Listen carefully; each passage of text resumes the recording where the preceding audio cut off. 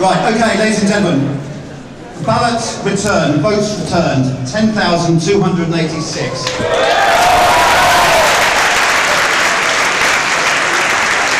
That is over 80%, which beats 2007. Here's the important figure though.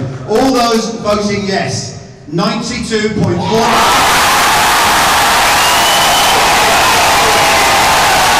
That is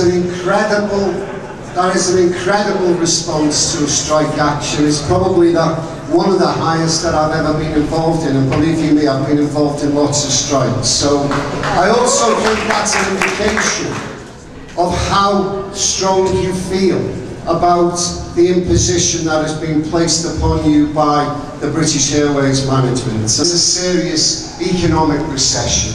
Of course we know that the company is going through some difficult times. That's precisely why your representatives have sat down for a number of months now and put forward very real and serious cost-saving concessions. Contrary to what the media would have you believe this morning, your contribution placed on the table by your representatives is considerably more than any other group, twice as much, for example, as the pilots have put into the kitty.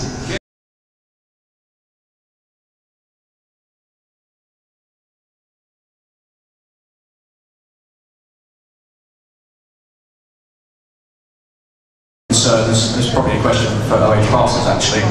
We know the answer, but we just want to hear it again. Can you be sacked by British Airways for withdrawing your labour? Good question. It's a question that's always asked, and a question that's got better and better as far as you're concerned over the past few years.